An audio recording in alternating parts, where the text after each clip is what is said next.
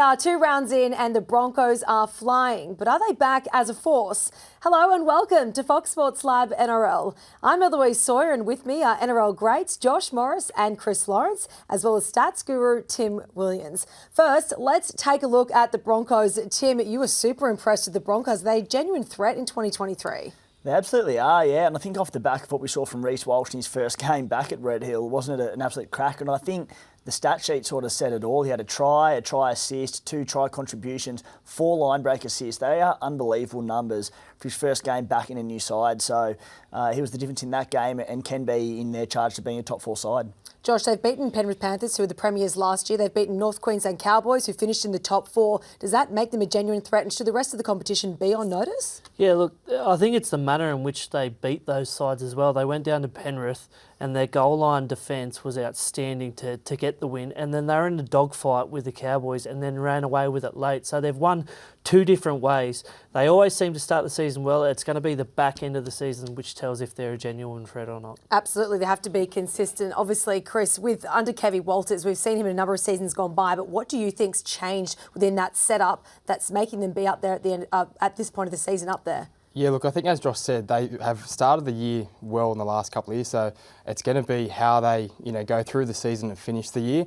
I think the fact that they have had a young team for a number of years and that experience of going through and having a full season and being consistent and knowing when to peak, I think is going to be the key. And I think Reece Walsh, I think he might be the difference. You need an X factor coming into September, and I think he might be the man to take them into the finals and maybe give them a crack at a premiership. Absolutely. All eyes are certainly on Reece Walsh. Well, it's time to shine a spotlight on some lowlights of round 2, starting with the Melbourne Storm. This really isn't the Melbourne Storm that we've seen gone by. What's sort of not working for them at the moment under Craig Bellamy? Well, injuries do play a part, but on the weekend, he gave them a bake and said that their effort areas weren't up to scratch. And that's what Melbourne have prided themselves on and built themselves on. So to get a spray round 2 means you must be doing something wrong. I think the loss of Nelson is going to hurt them as well. His size and his skill for such a big man, he plays an important role in that team. But I think having Justin Oldham and Tarek Sims coming into that team will help them a lot. Do you think this is a time where Melbourne Storm can kind of regroup, or is this potentially the demise of Melbourne Storm as we have seen them when the success of last seasons? Yeah, look, I'm hesitant to say the demise of them because how many times have we said that in the past 2 decades when we've been proven wrong time and time again by Craig Bellamy?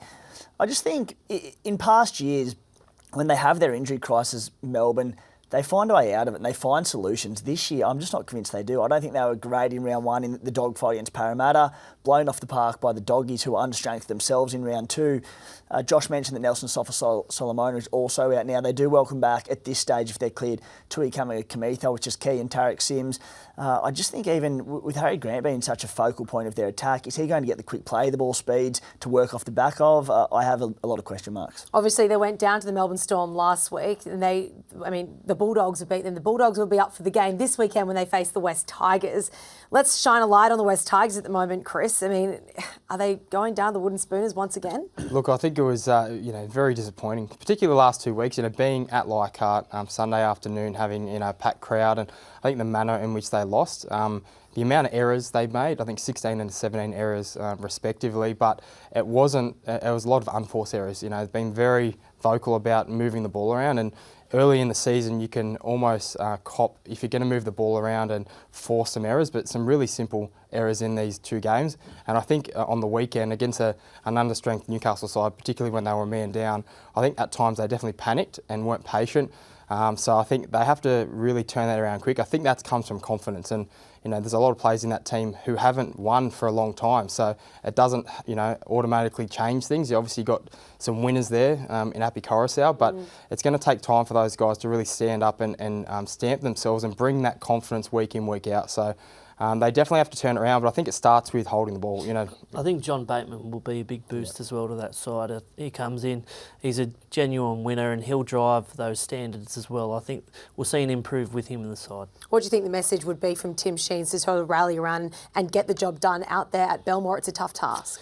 Well, they've just got to stop being their own worst enemy. Like Chris said, you got to hold on to the ball. If you don't respect the football, it's a simple game. If you don't respect it, you're going to lose. The teams are too good these days that if you give them enough possession, they'll make you pay for it. And the Bulldogs certainly will do that at Belmore.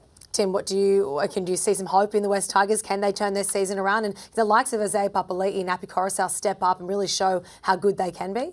Yeah, and look, I think they've got the squad to do it. We know they've got the calibre of play there, and I can rattle off a bunch of old school, like just cliches in rugby league, but they need to do things like roll up the sleeves. And I thought on the weekend what was most evident, they didn't earn the right to play attacking football. They expected it to happen. They were playing laterally, and it just didn't work for them. They need to roll up the sleeves, play through the middle, and earn that right, and just not hope that things are going to happen off the back of an injury-riddled opposition. Yeah, I think, and that's a key point. I think, they have made a point they're going to move the ball around, but it's the earning the right and the time when to do that. And I think in the trial they did that against the Raiders. At points in time against the Titans they did that, but they were just too lateral. They didn't earn the right, and they just started forcing things, against the Knights. So I think they need to pick their moments, and if they don't learn to do that, it might be a long game for them again on Sunday. It's got to be the full 80 minutes. There's nowhere to hide in the NRL, and the pressure will continue to mount with every loss. League is life. It's exhilaration, anticipation, highs and highlights. League is everything. That's why we've made a betting brand for league fans. That's better. Gamble responsibly.